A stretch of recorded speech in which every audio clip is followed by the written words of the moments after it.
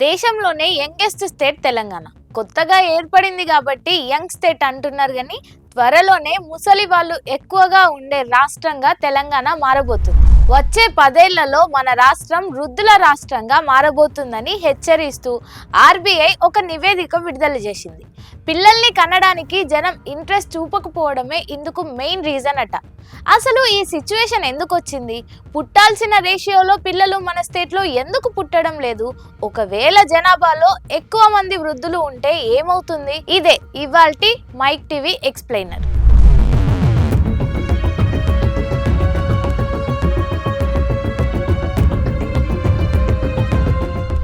Reserve bank of India విడుదల చేసిన latest report ప్రకారం మన రాష్ట్రంలో వృద్ధుల జనాభా వేగంగా పెరిగిపోతుందట. 2016లో కేవలం 10% ఉన్న వృద్ధుల సంఖ్య 2036 నాటికి 17% చేరబోతుందని అంచనా.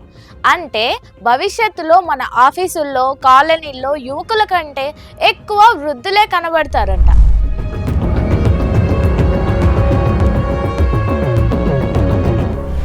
ఆల్ ఆఫ్ సడన్ గా ఇలా ఎందుకంటే దీనికి ఒకటే రీజన్. అదేంటంటే మన రాష్ట్రంలో సంతానోత్పత్తి రేటు డ్రాస్టిక్ గా డ్రాప్ అయిపోతుంది. జనరల్ గా ఒక దేశం లేదా రాష్ట్రం తన జనాభాను స్థిరంగా ఉంచుకోవాలంటే రిప్లేస్మెంట్ లెవెల్ 2.1 ఉండాలి. అంటే సగటున ఒక మహిళ 2 పిల్లలకు జన్మనివ్వాలి. కానీ తెలంగాణలో ఈ రేటు కేవలం 1.5 మాత్రమే ఉంది. అంటే పుట్టే పిల్లల సంఖ్య తగ్గిపోతుంది, కానీ వయసు పెరిగే వారి సంఖ్య పెరుగుతుంది. అసలు తెలంగాణలో సంతానోత్పత్తి రేటు ఎందుకు పడిపోతుంది? ఇప్పుడున్న 1.5 రేటు జనాభా స్థిరంగా ఉండాల్సిన 2.1 కంటే ఎందుకు తక్కువగా ఉంది? ఈ ప్రశ్నలకు కారణాలు చాలానే ఉన్నాయి. ఇందులో మొదటిది కెరీర్ పేరుతోటి పెళ్లిని వాయిదా వేస్తుపోవడం. 30 ఇయర్స్ దాటినాక కూడా వెడ్డింగ్కు ఇంట్రెస్ట్ చూపలేకపోవడం. సహజంగానే బర్త్ రేట్ రేషియో తగ్గిపోతుంది. దీంతో పాటు లేట్ మ్యారేజ్లతో న్యాచురల్గా పిల్లల్ని పుట్టించే సామర్థ్యం కూడా డిక్రీజ్ అవుతుంది.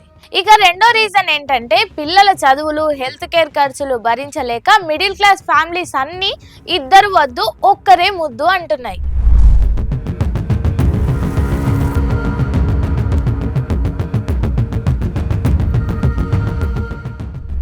నెక్స్ట్ రీజన్ మహిళా సాధికారత.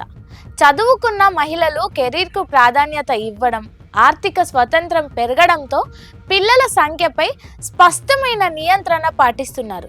Last but most crucial reason ఏంటంటే లైఫ్ స్టైల్ ఇన్ఫర్టిలిటీ. ఎస్, పెరుగుతున్న పని ఒత్తిడి, మారుతున్న ఆహారపు అలవాట్లతో స్త్రీ పురుషుల్లో సంతానోత్పత్తి సమస్యలు పెరిగి ఐవీఎఫ్ వంటి ఆల్టర్నేట్ మెథడ్స్ మీద డిపెండ్ కావాల్సి వస్తుంది.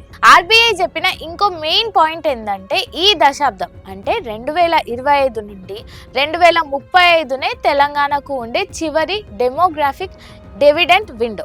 అంటే మన దగ్గర యువత ఎక్కువగా ఉన్న చివరి 10 ఏళ్ళు ఇవే. ఈ 10 ఏళ్లలో మనం యువతకు సరైన నైపుణ్య శిక్షణ ఇవ్వలేకపోయినా, సరైన ఉద్యోగాలు కల్పించలేకపోయినా భవిష్యత్తులో మన ఆర్థిక వ్యవస్థ కుప్పకూలే ప్రమాదం ఉంది.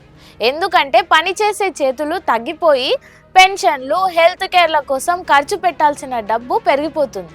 ఫలితంగా అభివృద్ధి కుంటుపడుతుంది. దీనివల్ల వచ్చే అతిపెద్ద సమస్య ఏందో తెలుసా? Dependency ratio.